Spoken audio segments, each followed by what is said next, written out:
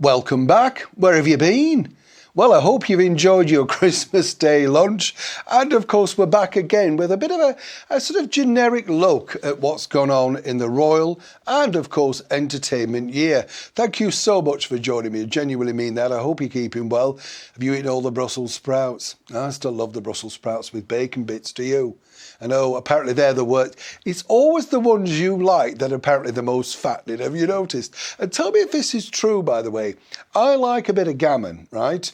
And the thing is, apparently that's the meat that takes the longest to digest. Did you know that? This is the thing. This show's full of useless fat. that you can find out and bore your friends with over the Christmas period, you know. That's the thing. But why gammon? Why does that take so long? Why does beef or turkey or whatever? What did you have? Let me know. What was your favourite sort of roast over the festive period? I like all of it. Well, I'm not actually keen on beef, if I'm honest. Just to let you know, in case you invite me around. I prefer more probably, gammon, roast lamb, turkey, thick gravy. You hear about earlier this year, do you remember? Cliff Richard said he had the perfect recipe for gravy and he's trying to find somebody who wants to put it together and now come up with this like sideline. Yeah, I know, this celebrities, you see, they'll sell anything, won't they? It's a little bit like this bombshell that happened to Meghan Markle, if you remember. Oh, do you remember this one? This didn't go well, and it's still rumbling on today, let me tell you. Meghan Markle, you see, was caught out unawares, yes, it can be tricky, by the Hollywood Reporter, basically saying she was a demon boss, a diva duchess, and nobody wanted to work with her, and everybody said she was difficult. Now, the onslaught came from the editor, who apparently got it backed up by affidavits, and apparently even one person that was still working inside the Archwell Foundation was already on record. And as I told you at the time, and this is still ongoing, trust me, Meghan has yet to find out exactly who that snitch is. So you can't, I don't know about you, but I've got this vision in the Montecito mansion of like the rack from the medieval times. Each staff member put on there, was it you? You know, we'll give you more jam, you know, but you do kind of think that must have hurt. I'm not sure if I believe that the person still works with them. I think that would be a stretch too far. But of course, the Hollywood Reporter is a reputable, as many people know, sort of organisation. So one might say that this was the most damning thing, I believe, for Meghan and Harry this year. And there were plenty to go from, you know. And as it goes on, that's very damaging because it's basically saying, Hollywood's not with you, they're against you, we've moved on, you're yesterday's news. And I think that was very apparent by the dismal figures of Harry's polo show, the streaming thing, you know, Netflix. Nobody's really interested, but was anybody ever really interested in polo? It's an elitist sport. What was the point? They're not in it. I thought it would have had a little bit of, you know, sort of extra spice if something like, I don't know, you know, Harry and Meghan, and they were wrestling for the cup at the end, she slapped somebody on the thing, he slapped them, all out sort of kabumble, and then, of course, it finished. You know what I mean? Yes, I mean, you know, think of Royal Ascot on Ladies' Day when they've had a bit too much champagne. Now, can I also mention a guy that was very, well, instrumental in my childhood, let me tell you. This man, Martin Lee from the wonderful Brotherhood of Man. Sadly, we lost him this year, and if you don't know, the Brotherhood of Man were the winning entry for the 1976 Eurovision Song Contest, and it really caught the world's imagination. Do you remember the dance and the, oh yeah, brilliant, wasn't it? Sadly, as I say, Martin has now left us. What an impact he did have, though, for not just the Eurovision Song Contest, but they had many hits afterwards, including Angelo, Beautiful Lover. Just a nice, simple pop group of a nice, simple time. Martin, thank you for the music, truly. It was wonderful to be part of that moment, you know. And we were so proud of the United Kingdom winning. And, you know, the girls were very glamorous. Yeah. If you check it out on YouTube, you see what I mean. Forget the flares. Yes, I know the flares are to look at, but there you go. Now, let's have a think about this, because this is a story that's rumbling on, right? Meghan Markle and the podcast, right? Lemonada, the company that she signed with way back in February, right? Apparently we were going to be, well, it was imminent, you know. Meghan was going to be sitting down with movers and shakers, movers and delighters, all of that sort of stuff. And then, well, nothing. Now, Lemonada apparently signed Meghan because it was instrumental. They were mainly female-backed company, and Meghan felt, you know, that this was the right fit for her, even though she's had millions and been called grifters from the previous company of Spotify, which was amazingly a global brand. Meghan, if you remember, sat down in that promotional video saying, it's going to be exciting, I can say what I want. She did, and nobody cared, and that was the problem, apart from saying, I'm not even sure who she interviewed now, Mariah Carey, was Paris Hilton on there? I think we all lost interest, didn't we? Well, Lemonada apparently, they decided, just in case we hadn't suffered enough, they were going to put out all the episodes again. They did, and they tanked. And Meghan thanked them by doing this. She basically said, I'm way too busy now to do any podcasts for you. We'll have to look at that in 2025. Now, chums, do we believe we're ever going to see the light of day of Meghan getting behind the podcast mic again? No, truly. You see, this is where I think it's interesting. They may now just be specials, right? Maybe not full programmes. And who's going to want to sit down with Meghan Markle, really, of any substance? There is your problem. Not attacking her as a person, as a girl, whatever. But, you know, the thing about an interviewer is you have to be very selective about who you interview. And when you look at the greats, as I said many times here on the show, the likes, you know, of Joan Rivers and, of course, you know, Johnny Carson, Jack Parr, all wonderful interviews because they learn to be able to play it cool, get the question and then sit back. Over here we have wonderful people, thankfully still with us, like Michael Aspel. Know him well, wonderful guy. Parkinson, of course. The much maligned Russell Harty, remember him, got battered by Grace Jones, remember that? And I think, you know, she could learn from that sort of thing. But I'm not sure that this is a genre that Meghan Markle's going to be able to go down with any great success. Yes. Well, she did count a lot of money, didn't she? From, of course, Spotify. Tell you who he's counting money, King Charles. He's on money now. This was the year that his face finally became on, of course, our sterling, our money. I don't know about you, you know, I still feel a little bit odd seeing him on there, and I'm a huge fan of His Majesty, don't get me wrong. But, you know, we're so used to seeing Queen Elizabeth on our banknotes. He does seem a little bit strange and finality, doesn't it, you know? But times move on, and as we're all being told, it's becoming a cashless society. So how much will, of course, the King feature on there? The story goes that with all of our wonderful post boxes, letter boxes, they're not necessarily going to be changing them so quickly. Get this, because they're not quite sure how long they would have in value. That's nice, isn't it? That tells you where you're at in this world of, well, whatever, monarchy, showbiz, entertainment. I think they should change them as a mark of respect, and it becomes an historical value. As many people know, I like to share post boxes on the show, and I've spotted, you know, like, you know, the Edwardian post boxes, the Victorian ones, and when you think of all those letters that have been posted in there, King Charles, hold out. You should have your own letterbox. That's what I think. Now, cast your mind back to February. Yes, February. This was the period that Prince Harry lost his High Court fight for, of course, the security that he wants for his wife, himself and his children. That's Meghan Markle, the former cable TV actress, and, of course, his two children that basically would be very hard to offer security to, wouldn't they? You never see them. Yeah, I mean, be kind of like, you know, chaperoning Casper the Ghost. How would you know where they are? But Harry pushed ahead. Gone for an appeal, that's coming up this year.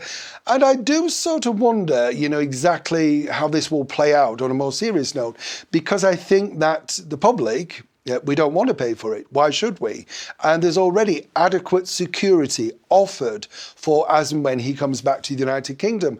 Apparently, though, and as ever we have to say allegedly, Harry wants this for him and his children around the world. Meghan mentioned this, didn't she, on the Oprah Winfrey interview? And that was tricky, wasn't it? Because that's now literally very unable, shall we say, unavailable online. And miraculously, Oprah Winfrey's people have been able to squash much of those clips on YouTube. I wonder why. Could it be, of course, that Oprah Winfrey didn't necessarily do the due diligence on a lot of those wild claims that Meghan Markle claimed that happened, as ever, allegedly? But you try and find a full version of that, and you tell me how powerful these billionaires are. If they can get that removed, and it doesn't matter how many people put it up, it gets taken off. Why was she not happy with that interview when she leaves up the likes, of course, of Liberace, Michael Jackson, all those other ones, you know? Fascinating when you think, isn't it? But there you go. The power, of course, of what billions can buy you. Of course, billions can buy you lots of things, but seemingly not friendship.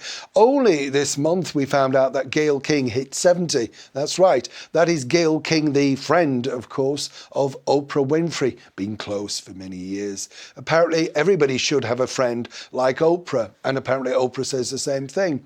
Well, maybe you should, but if you're Meghan Markle, maybe you can't. As she celebrated her 70th birthday, omitted seemingly from that birthday list was none other than, of course, Meghan. And as I told you at the time, the problem that really was there, Meghan's team is saying, oh, well, she didn't want to go because she didn't want to take the deflection away, you know.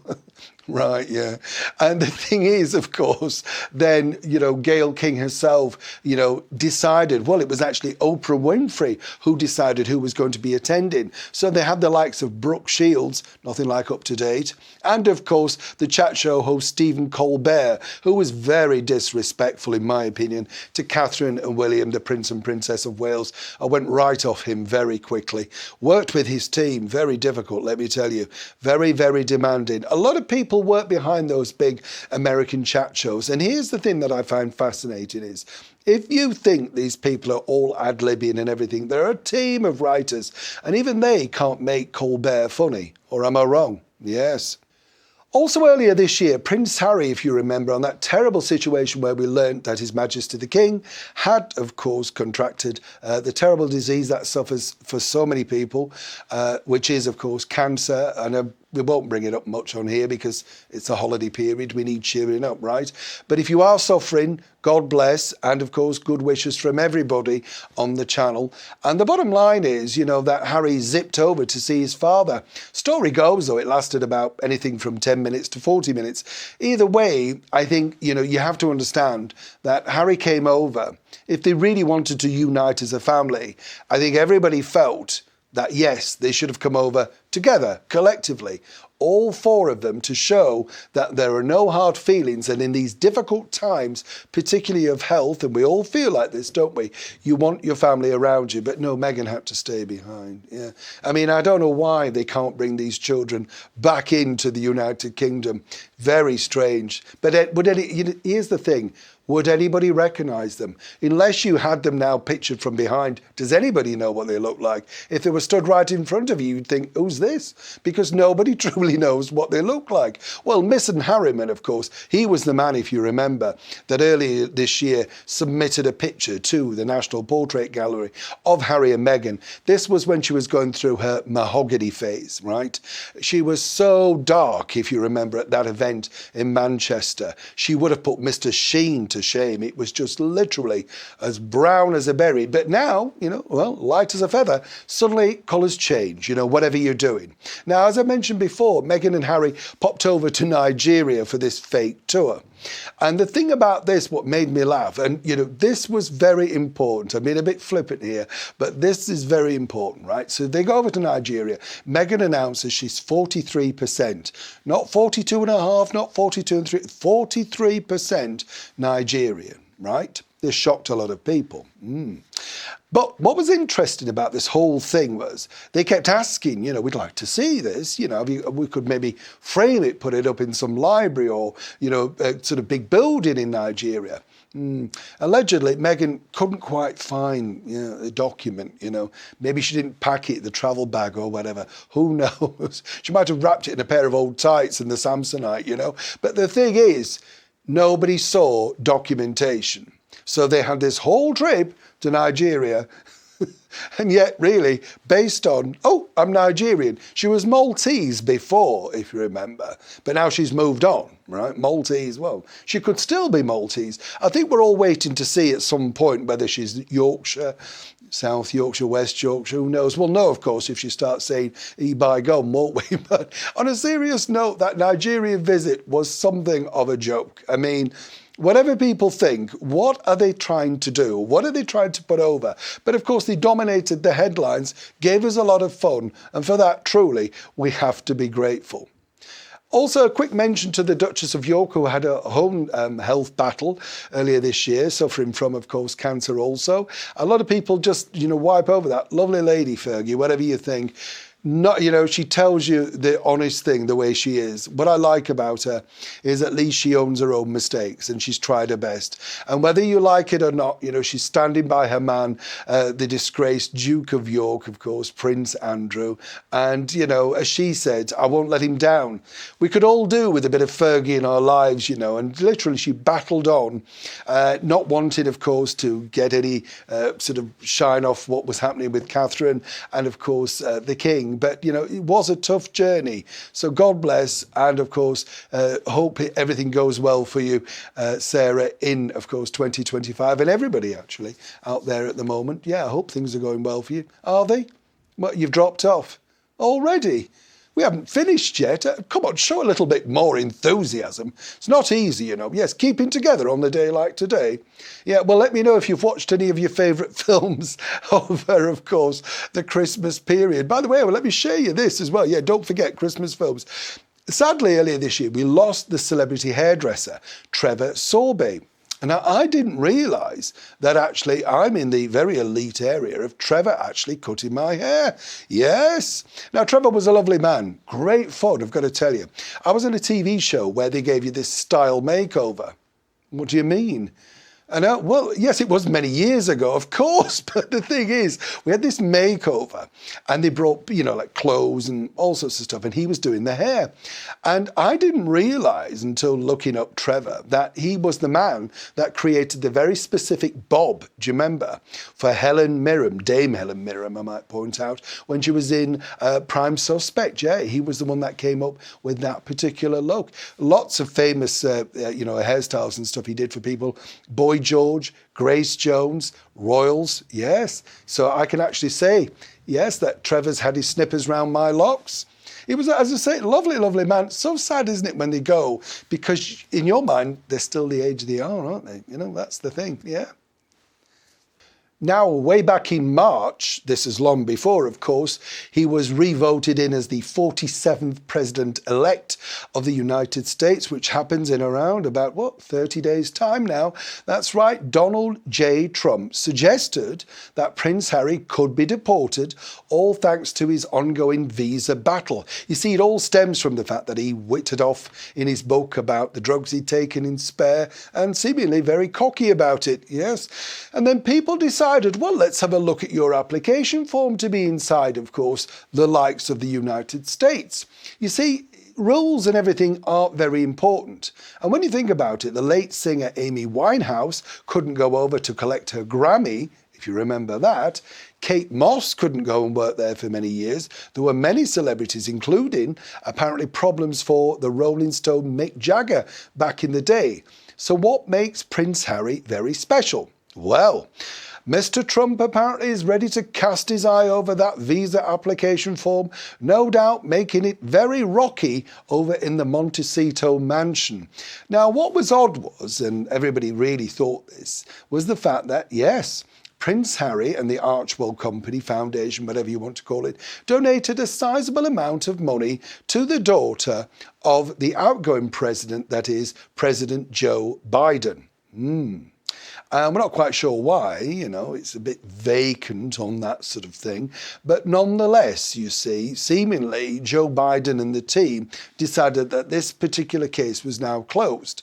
But as he eases out of the White House, it's going to be very difficult for Prince Harry to wave this away. And this story is truly not going away. Now, one story that I found very distressing was one of my favourite royals, as you know, the Princess Royal, Princess Anne, getting knocked on the head literally by a horse. I mean, you know, people were saying, is the horse okay? That's not me being unkind, but if you remember, His Royal Highness, the Duke of Edinburgh, Prince Philip, famously said, when they tried to kidnap her off the Mall in the 70s, oh, no, she'll give them hell. And the thing was, she did recover and bounce back very quickly, didn't she? Wow, you know? And as I've often said about the Princess Royal, I love her because she just gets on with the job, recycles her frocks, and is there just for the job. But as I also told you this year, she loves a good lighthouse. Oh, taking her a lighthouse, yes. Yeah, she's like a rat up a drain pipe. She just loves it. And the thing is, she's fascinated by the view, the mechanics, who lives there. Now, a funny thing, have you ever thought about living in a lighthouse? I don't mind if they're on land. I did say this to her, in fact.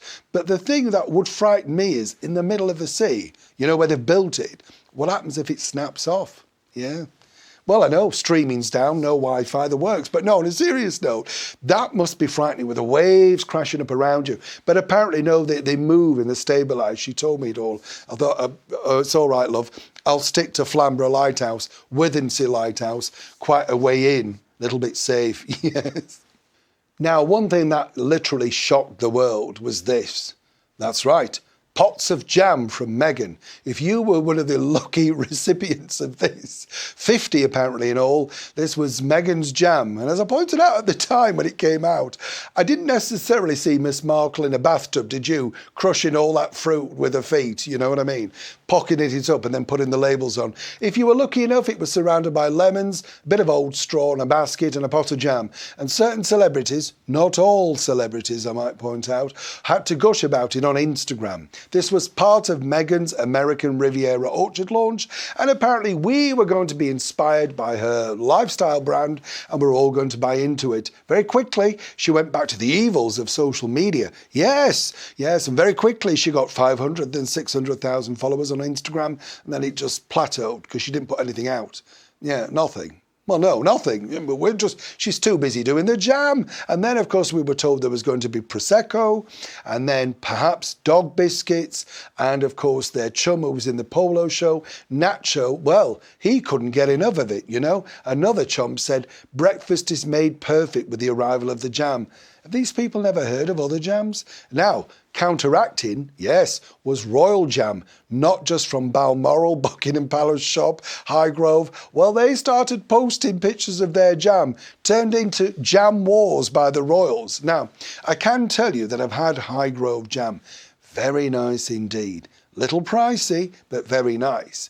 Those, of course, cannot be said of the same of Meghan's jam, because unless you're in the clique of 50 people, well, you won't know whether the jam's nice or not, will you? Then that sort of fell flat. Nobody's mentioned that since. I think she's given up. She might have run out of jars or lids. Might need to get down to Poundland and get a few extras, and then maybe we might see the next 50 celebrities who are going to be having jam.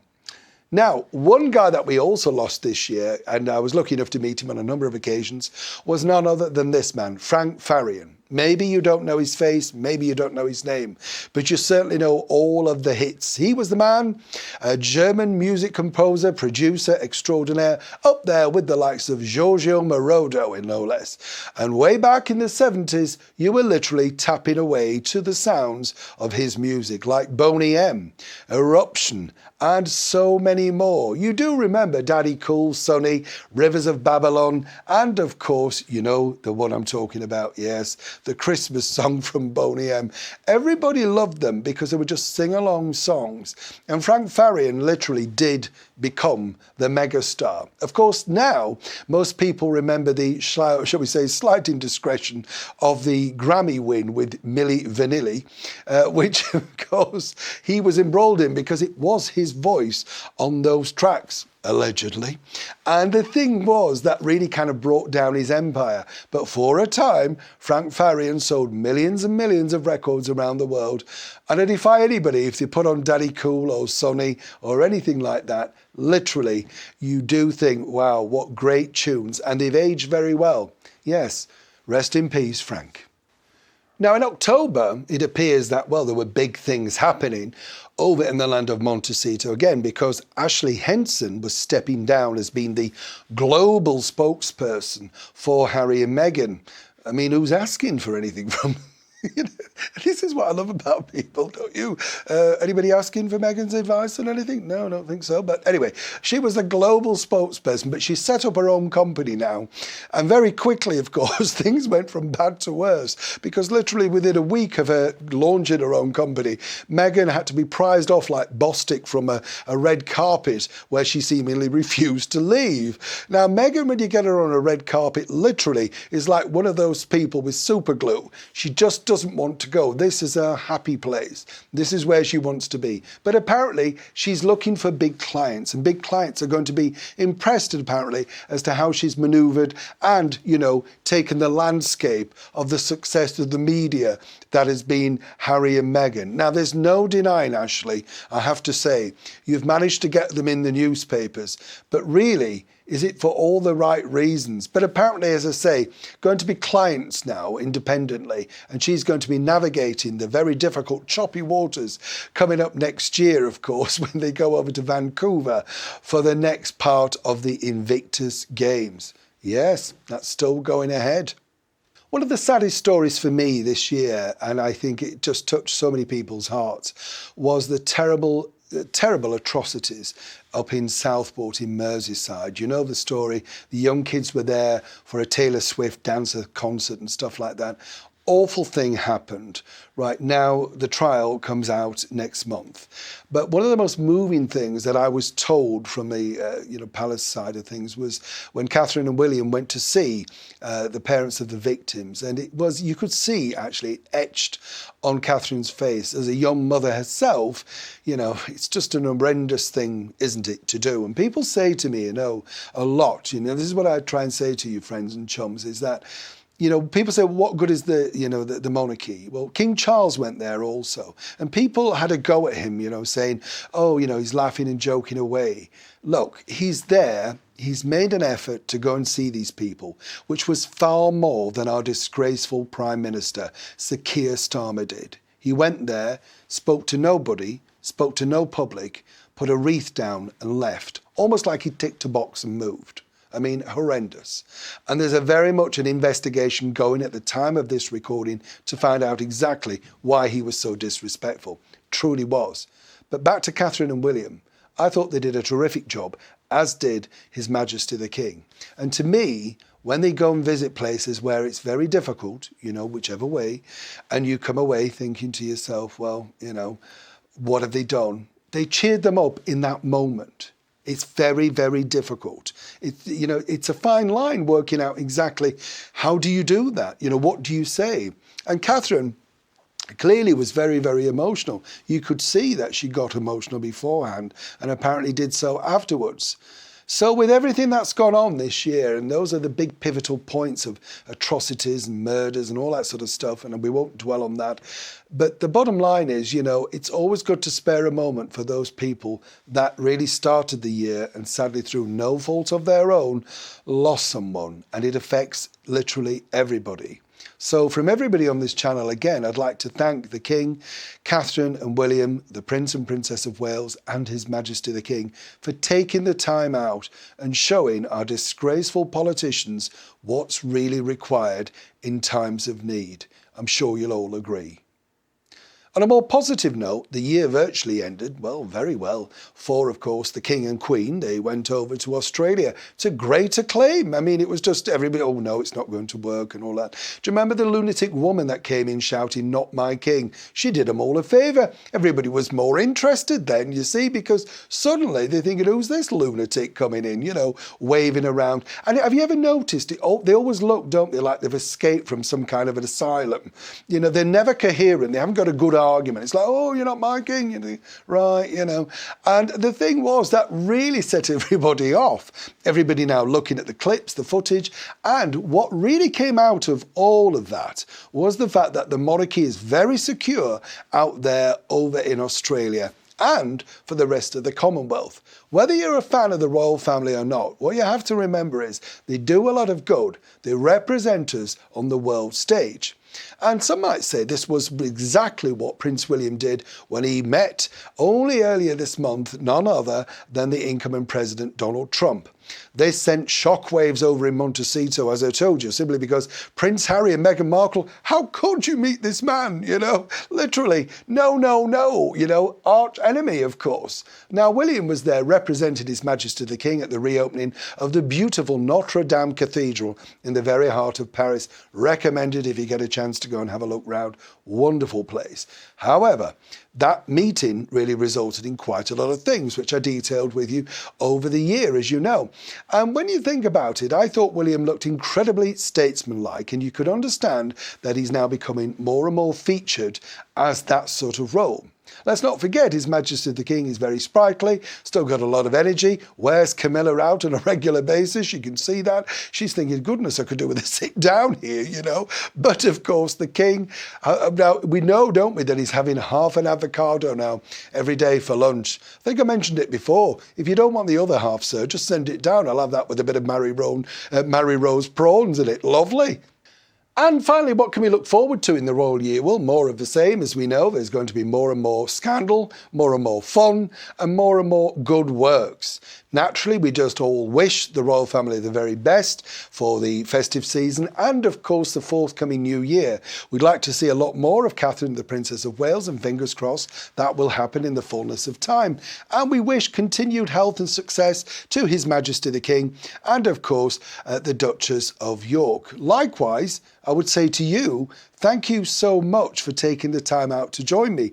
I hope you've enjoyed all of the reports that we've done, or should I say I've done. Yeah, I'm alone here. This is the thing, you don't realise this.